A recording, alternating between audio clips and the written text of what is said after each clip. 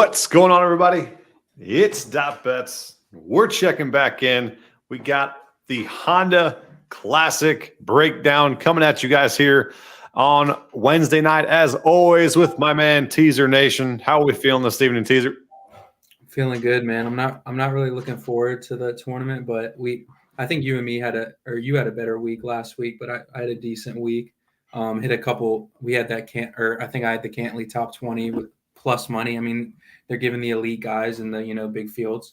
Got the Lowry top 40, and then they gave us free money at Morikawa tournament matchup over M plus money. So it was a decent week. Cantley gave us a run and an outright, but I mean, it's just kind of annoying when you have Rom there every week because he just wins every week now. So it was rough, but I don't know.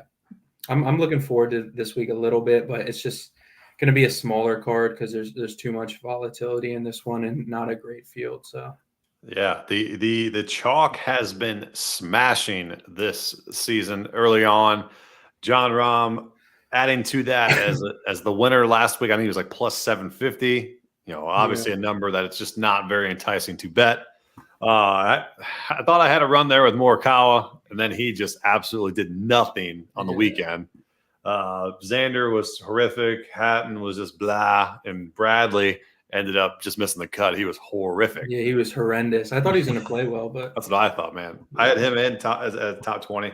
Ended up going Homa and Cantley top 20. Yeah. I was kicking myself. I was like, shit, I should just put those two for outrights. Yeah. That would have been a nice little sweat there. Then when I had the top 40 sweep last week, had Lowry, Sam Ryder, and Kuchar, which were we right on the right week of Kuchar, or do we go back to him this week? We shall see.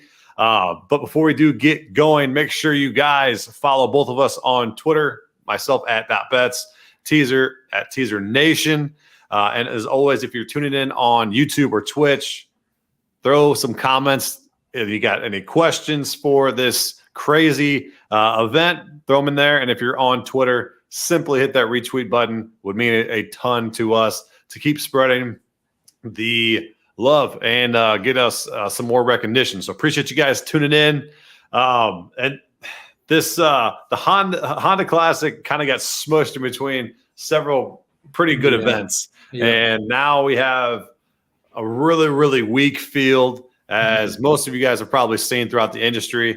And we've had a couple people come up throughout the industry where it's kind of surprising, but then again, it's a week where anything can happen. We'll dive into everything for you guys, from outrights to placements, and then we'll kick off some DFS talk to you guys how you can get a little bit different, especially this week. This is a great week, a great high-risk week if you're into playing that. Not a very good cash week because there's not much certainty in this week, and this is what makes it a good large field GPP tournament.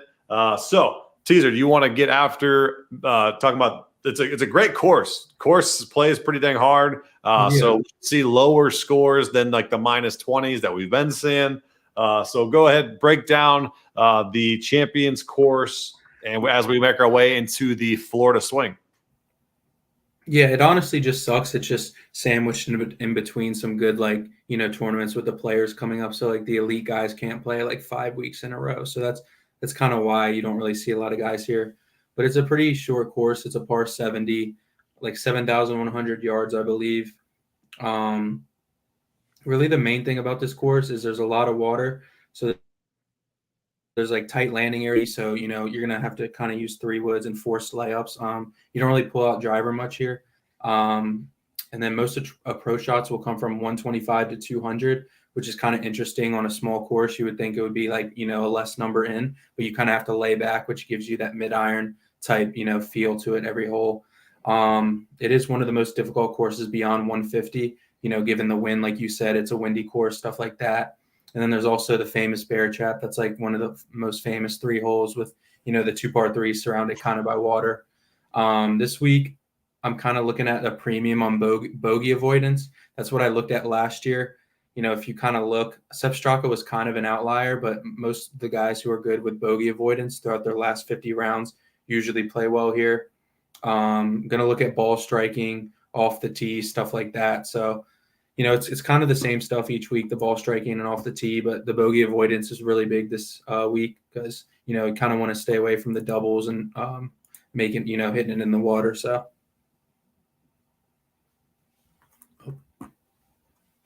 You there?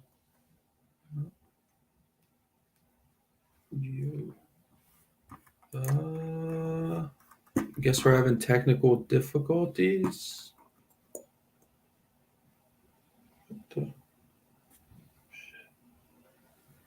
Oh, I think his internet just went out. I can kind of keep talking right now while he gets his internet back up. So he'll pull up the model when he gets back up, but if anyone's watching, I'll just keep going on right now.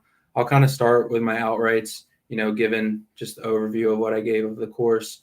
So for me, the outrights this week, I did a fantasy model just kind of, impacting the ball striking, the bogey avoidance, and the proximity to the greens from like 125 to 200. So my first outright, I'm going to, kind of stay away from the top of the, board. I'm going to start with Chris Kirk at 35 to 1. So, he doesn't really win on tour, but he's usually in contention here. He's actually not that great in the model. He's 30th in the model. He's 13th in bogey avoidance. So, that's always what I look at with Chris Kirk. He's really good at, avoiding bogeys and double bogeys. He has great recent form. I believe he has 2 top 3s in his last 4 starts on tour. And then I think he came in 7th here last year as well. So, we always like to see guys who do good with course history. So he's had a really good course history here. And then another guy, my second, will be someone who won here last year, Sepp Straka. He's really inconsistent player, but he does like these type of courses at RBC Heritage and this course as well, where you can kind of like lay up. He doesn't really have to go after it with his driver, so that kind of takes out the variable of being inconsistent off the tee. So like he loves the short positional courses. Like I said, he's very inconsistent, but I feel like a 50 to 1 is where we're just betting the number here. I think he should be more in the 30 to 1 range, I believe. So you're getting a little value here with the 50 to 1. So yeah, that's kind of my reasoning there. That was kind of like last week when I took Sam Burns 40 to 1. It's just really in the betting market, you kind of try to find those, value plays. So then there's 2 more outrights I'm going to be playing. Hayden Buckley 60 to 1. So, this guy's been kind of popping off lately. Hey, buddy. And I was just rolling on the outrights. I was like, oh man, I'm so pissed off. No, you're good. I just carried on with the outrights. I just kind of got into my first 2, Chris Kirk and Straka. So I texted you and said my internet went out. What the hell, man? I know. I'll just carry on. I didn't want to stop. So I didn't even know I was gonna keep going. Sweet. We're still good. We're all good. All right, keep going on. Just don't mind me. Yeah, cool. Anyways, I have 2 more. I talked about Hayden Buckley. He's kind of one of those like young guys. He's just really getting on tour and just finding, the feel for being on tour. He's 9th in the model, 4th strokes gained ball striking, 5th fairways gained, and 22nd bogey avoidance. So, like I said, he's kind of a young star and he's really finding his form and, just fitting in. He has 2 top 30s his last 4 starts. So, it's obviously not really close to winning, but, anything can happen at this type of course if you can just get hot for 4 days. And then my last one, we kind of talked about this guy last week. He kind of came out or onto the scene last year in the Florida swing, and that's Davis Riley, 70 to 1. So I'm just kind of hoping, like if you look at his West Coast this year, the last month, it's absolutely horrendous. He goes cut, Farmers, AT&T, and Phoenix Open. So maybe he's an East Coast guy, like we saw with Cantley. He's always been a West Coast guy type thing. So if you look at the Florida swing last year with him, what do you have? 4th, a 9th, and stuff. And he was, just placing all around. So that's, I think, a 71 on him. He's a pretty good mid-iron player. He's really good from like, his 9-iron above. So that's kind of what I'm looking for there. He makes birdies in bunches when he does. So I'm really just taking a chance on the number there. There's kind of with this week with like a weak field, you're just really looking for numbers out there because you're not going to take Sungjae and Shane Lowry under 20 to 1. You're just looking for value in the field because I do believe it's going to be like a random player who's going to win. So that's what I was looking for. If you want to, hopefully your Wi-Fi works for the outrights here. Man, I'm hooked up. I got my Ethernet and everything. My internet was just brutal. We had a couple storms throughout the day, so I guess that was what's going on. But man, did not expect that to happen. So yeah, appreciate you helping out there. But so yeah, speaking of, so Homa dominates California, right? He's on the Cali streak that goes for days, and now we're taking to Florida. Well, who plays pretty damn well in Florida? Billy Ho. So Billy Ho this week for me at 25-1. I'll take a sprinkle. The man has played this course several times over the years. He last 3 times 16th, 42nd, and then another 16th last year there. Just a course that he plays pretty dang well with. If you want to go the safe route and maybe go top 20, he's plus 130 there. I might add that to the card and double up. But the other one that I like for outrights, because this is a crazy week, I'm going to have probably 3 or 4, maybe even 5 outrights that I'll probably just kind of sprinkle onto the field. Danny Willett. Danny Willett has been playing very well recently. He plays pretty well at tough courses. He's won the Masters. He's competed in very, very big events, and he's played a lot better recently. And he got a 48 here last year. He's got a 41 at Pebble Beach, and then an 18 last week at Genesis. Comes in pretty good form. A weaker field. I could see him competing this week. So if you want to double up there, I'm going to double up and take his top 40 at plus 100. So I have I'll have Horschel and Willett for sure in my outright card, and I'm debating about sprinkling somebody like Vegas or you said Sepp last week, but or on the stream before. I don't think he's going to repeat, but I think he could get pretty dang close. But I mean, there's a lot of guys like Davis Riley. I could see him sneaking up there. He just plays well here. 65-1. So there's going to be some guys that I'll throw on the official card that are going to be a little bit longer outrights. But those are the ones I feel comfortable enough to take currently, Horschel and Willett. I think they got some pretty good odds there and some good course fit plus recent form should go well there for Horschel and Willett. You got anything for top 20s? Yeah, I'll double down I didn't take Willett, but I'll hop on his top 40 with you. So I'll do Danny Willett plus 100 there. I'm going to double down on 2 guys top 20. Chris Kirk at plus 160. I kind of already talked about why I liked him. The bogey avoidance is really the main thing with him. Like he's really good at saving par when he needs to. He was a T7 here last year, a T25 and 21. T12 2014. So he's played this 10 years now. So this is his 11th time playing here. So I mean, he's missed the cut 4 times out of 11. I mean, it's not bad, but when he's contending, he's there. So I like him as well. Hayden Buckley once again at plus 210. I got on DraftKings. I think that's a pretty good price for him. I think he probably should be in like the mid 150, 180 range, but just another guy like I talked about. He's finding his form recently. Tied for 29th at the Phoenix Open, a 2nd at Sony, where realistically he probably should have won there. I guess he's just not ready yet, but he missed the cut at the Genesis. That's fine, but he's coming in with decent form, so I think he can top 20 as well. And then really an outlier. I don't like taking guys like this. Like honestly, it's Dylan Fratelli at 4-1. I don't know even why. I'm gonna sprinkle it. Obviously, you can't put much on it, but he kind of has good form here, or good recent or course history. So 5 times he's top 20 twice and missed the cut twice.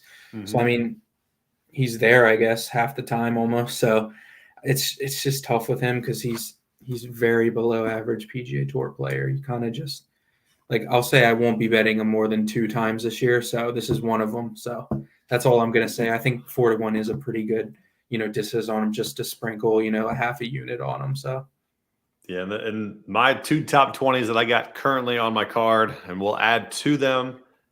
Shane Lowry, it's my favorite bet of the week, plus 100 to finish top 20. If you're playing DFS, he's going to be very highly owned, and he's one that I'll probably match the field and maybe even go 5 to 10% more. a little bit overweight, but I'm not going to go under the field on Shane Lowry. I think he's one guy that's pretty solid at this course historically. He's got a 53, 49, 21, 36, and a second place finish last year in the rain. And it's just a course that fits him very well. I wouldn't feel comfortable fading him completely. You could end up taking it outright if you'd like. But I'm going to I think the better bet here is top 20 at even money. So give me that for a full unit there. Then I'm going to go back to the well with Matt Kuchar. And I'm not taking his outright. Don't think he gets up there, but he has been playing solid golf recently.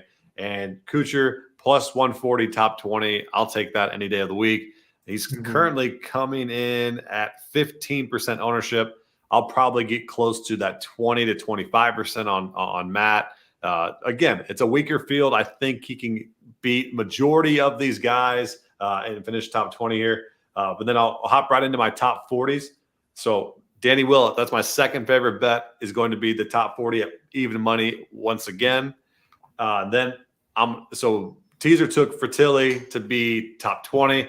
I went the safe route. I'm taking him top 40 at plus 150. And then Tyler Duncan. He's a guy who missed the cut last last two times he's played here. But he comes in after a 33rd last week at the Genesis. I feel like we can get him going here at pretty good money. And he's 6,600 on in DFS for DraftKings. Will definitely be one of those guys that I play to get significantly different. So give me Tyler Duncan. He's plus 175 for top 40 there as well. Then I'll add a couple more as I release my card tonight. But these are the ones that I've circled, already bet on. So I really, really like what I'm finding here. But I'm definitely going to find some more as I dig a little bit deeper. What about you, Teaser? You got top 40s? I don't know. I want to do. I think Willett's just all I'm going to go with. I don't like I know there's a little bit of value with kind of the random guys. Yeah. I don't know if I'm going to play it, but obviously Davis Riley plus 120. I didn't even notice he was that low. I'll just kind of name names really. Like Willett, we talked about. Riley, I like at that number. Eric Van Rooyen plus 130.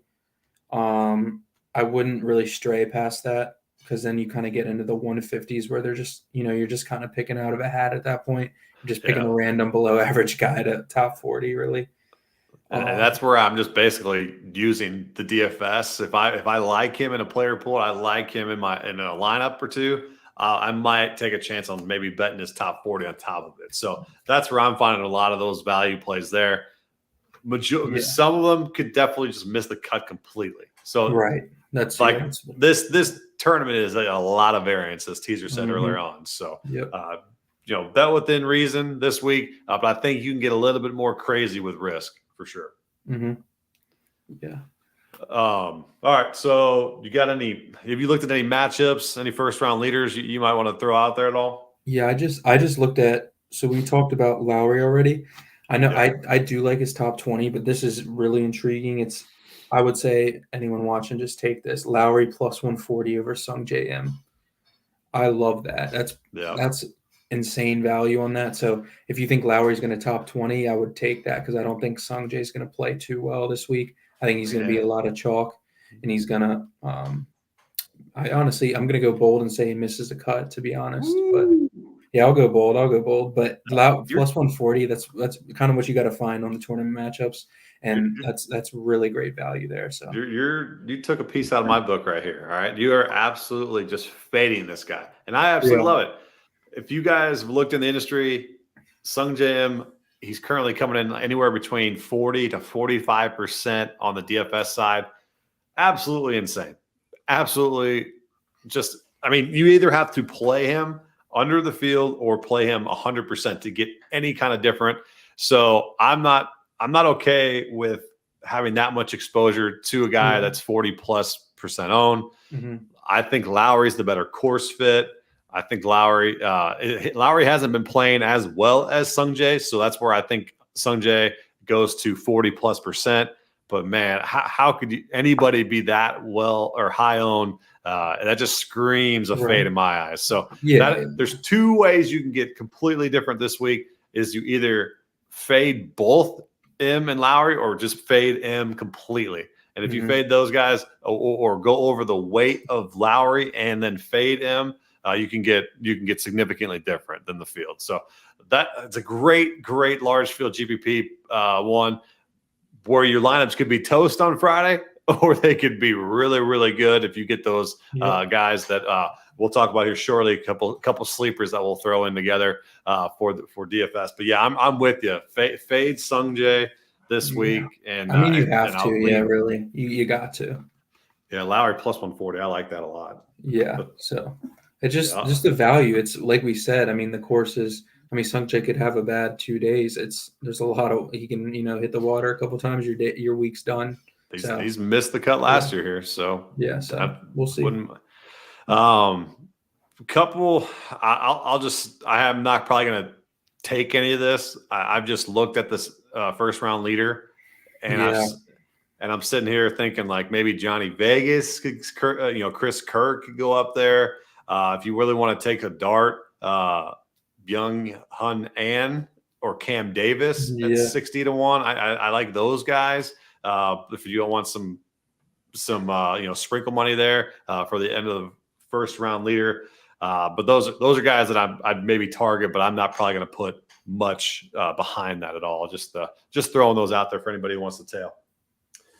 All right. So some DFS sleepers. We've already talked about the chalk with Sungjae, Lowry, Aaron Wise. Vegas is going to be up there. Svensson, Chris Kirk will be up there. So and also Griffin will be up there. 15% or more own. So if you're going to start with the chalk, should tell yourself which ones you want to fade and then target the other ones for sure. The value plays for this week, in my eyes, I love Billy Ho. He's still coming in at under 10%. Davis Riley's coming in under 10%. Cam Davis is coming in at 8%. And then Lee Hodges. So Hodges has been a guy that a lot of people have been on him for the last couple weeks. Yeah, and he hasn't disappointed, but he hasn't succeeded a lot of people's thoughts about him and expectations. So I think that's where his ownership is kind of being tamed, the 11-12%. So I'm going to go back to Lee Hodges there. And then my sleeper plays, one guy that I'm already on to win the whole damn thing, Danny Willett. He's coming in at 5%. Tyler Duncan, who's coming in at sub 1%. You have Ryan Palmer that's coming in at 2 or 3%. And then Eric Cole. Eric Cole is a young guy, and he played fairly good last week, and he's coming in literally like 1 or 2% for the industry. So those are 3 or 4 guys there that you can definitely get different for the rest of the field. And I've seen the one guy I have not talked about it for chalk. To go back to chalk real quick is Minwoo Lee. So Minwoo Lee hasn't played in America a lot this past year. That he's played very well on different tours. So what do you think about Minwoo this week? I'm probably going to fade him. Yeah, I think I would probably just stay away from him. He's a really good player, but it's just tough I don't know his game too well. Like I don't like betting on guys I don't really know that well. So, I mean, I know he's like a really good iron player, but I just kind of got to see more of him this year. Maybe he'll play a little more on the PGA Tour this year, but we'll see. I kind of would, especially at 25 to 1 outright, I wouldn't touch that on him. No. Yeah. So I don't think he's really bettable in the markets because they kind of pushed him down there. But yeah, he's pretty good. But I think we just kind of have to wait and see on him. So. You got any sleepers? Anybody that you may have targeted for maybe a placement that you throw in your player pool for DFS? Anybody that I've maybe missed? Let me just throw someone out there. Usually when Teaser throws someone out there, he's gonna do well. So everybody tell. Oh Lord, that's some pressure right there. I kind of like this guy. No one really knows about him yet. I just saw him on YouTube once, honestly. But Harry Hall, I think he's played like decent this year. I know he's on the leaderboard. Let me double check his recent form, actually. Harry Hall. Yeah, so I think he's from England, I believe. Let me double check what his recent is, but he's 100-1 to win. I'm not saying 2% owned, 7,100 on DK. Another guy under 5%. So he's a been little bit different. 34, 41, 28 this year. I mean, it's not great, but I don't know. I guess there's not really much upside there with him, but Peter Malnati's been playing well. I don't know how he plays here. One guy that's interesting, he's been like falling off the face of the earth, but Matt Wallace, he usually plays well in the Florida swing. I just remember last year just taking his top 40s in the Florida swing, but he's a mess right now. So I don't know. It's just tough here because you're just picking out of a hat with these guys. It's hard to, Matt Wallace has missed 5 straight cuts. Let's see what he's done here. He's horrendous. And 20th and a miscut and a miscut. So yeah, you're getting real risky there. He's at 1% owned on DK. So if he's playing well in the Florida swing, maybe you get him before anybody touches him. So I like that. Kind of what you're hoping for, but yeah, I don't know. Well, that's kind of it, really. Maybe Hank Lebiota. You kind of see him up top of the board sometimes. So I don't know. It's just tough, really, at this course as well. So yeah. So we've given you guys some sleepers, some guys that you guys can throw in. Like we said, this is a wide open tournament, a weaker field than weeks past.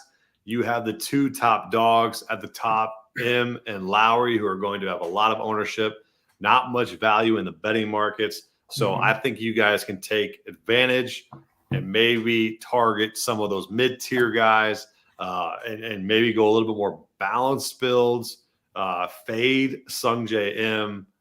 You could go completely. I probably will go underweight, maybe go half the field. So go 20% or so. So if I'm making 20 lineups, I'm probably having them in 4 or 5 instead of 10 to 15 of them like the freaking industry is going to have.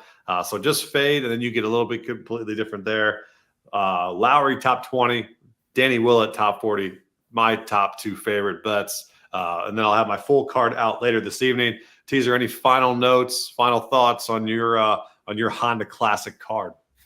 No, I would just say, just really sprinkle everything this week. This isn't, a week to get after it. We kind of just said there's great weeks coming up in the Florida swing. So just kind of, have fun, take a couple, long shots and stuff, but don't get too, like heavy with, the top 20s, top 40s. So just really sprinkle everything this week.